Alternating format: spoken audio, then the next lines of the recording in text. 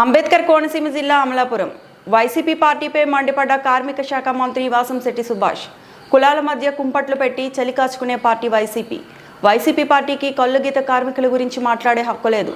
తమ 5 ఏళ్ల పాలనలో గీత కార్మికులకు చిప్ప చేతిలో పెట్టారు. డమ్మీ కార్పొరేషన్ పెట్టి ₹1 కూడా నిధులు విడుదల చేయలేదు. బీసీ కార్పొరేషన్ను తీసేశారు. వైసీపీ జిల్లా అధ్యక్షుడు చిల్లా జగ్గిరెడ్డి అత్యుత్సాహం చూపిస్తున్నాడు. బీసీల కుల ధృవీకరణ పత్రాల విషయంలో మంత్రి ఏం చేస్తున్నారంటూ నాపై తప్పుడు ఆరోపణలు చేస్తున్నాడు.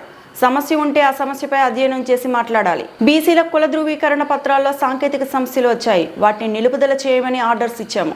త్వరలోనే సమస్యను పరిష్కరించి సర్టిఫికెట్లు ఇస్తాం. కులాల మధ్య కుంపడ పెట్టి చలిమంట కాగుదాం అనుకున్న ప్రభుత్వం ఏమనంటే వైసీపీ పార్టీ.